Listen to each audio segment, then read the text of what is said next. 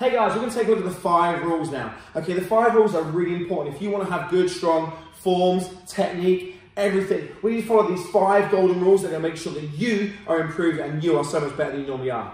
So, rule number 1, as always, is the most important rule. If you don't follow rule number 1, the other 4 don't mean anything. So we need to make sure rule number 1 is always our golden rule. The first rule we must always obey.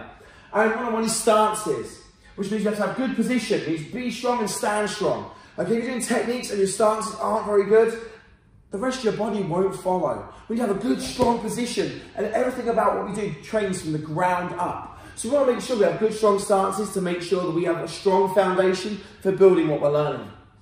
When we've done that, guys, we need to learn chambers. Rule number 2 is chambers, okay? Now it says set up all your techniques properly. If you don't know how to do a technique, the first thing you need to look at is the chamber for the technique. Okay, so if you're doing a punch in karate, your hand might be on your hip, which is called your hikide, okay, your hip position, ready to punch forward. If you can do an outside knife hand strike or a chop, we chamber up, maybe hands open or closed, depending on how your instructor wants it to happen. But then from here, we're chambered into that chop, we get that chamber down. So chambers are how you set up your technique so that you can do it properly. Very important. Rule number 3 is shoulder level. Now, keep hand techniques shoulder height unless given a target area to look sharp. So, when we're doing techniques, and we're doing, especially like hand combinations, if we do them in line with our shoulders, it means they're parallel to the floor, which looks nice and neat. When we're training it with a partner, we might need to go to the head or to the body, depending on what target area we've been given. But when we haven't been given a target area, we keep it shoulder level to make sure it looks sharp. Rule number 4, sticking and tapping. Now, let's say we're doing punches or kicks or anything. Last thing we do is overshoot it because we're putting all that power in, but we're not actually controlling the efforts we're putting in. So, we want to make sure we stick it. So imagine you get stuck to something, you hit something, bang, and it gets stuck. Okay, very important, okay? So we hit something in there, but not in reality, but in our minds. We hit something, it's stuck in place. Very important, okay? Same with kicks, chops, any weapons technique, okay, sticking and tapping is really important.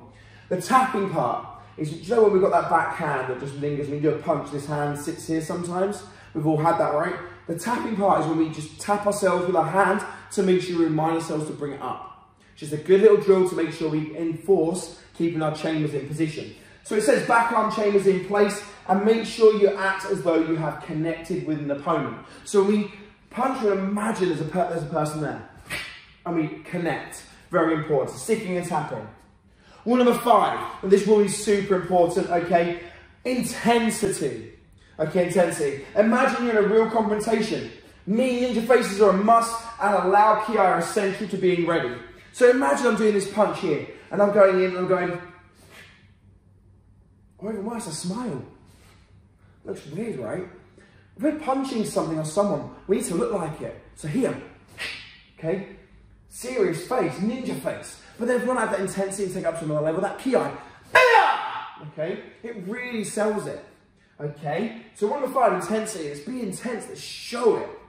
Okay, so those 5 rules again, we've got stances, chambers, shoulder level, sticking and tapping, and intensity. And if you follow those 5 rules, guys, you're going to train awesome and you're going to be awesome.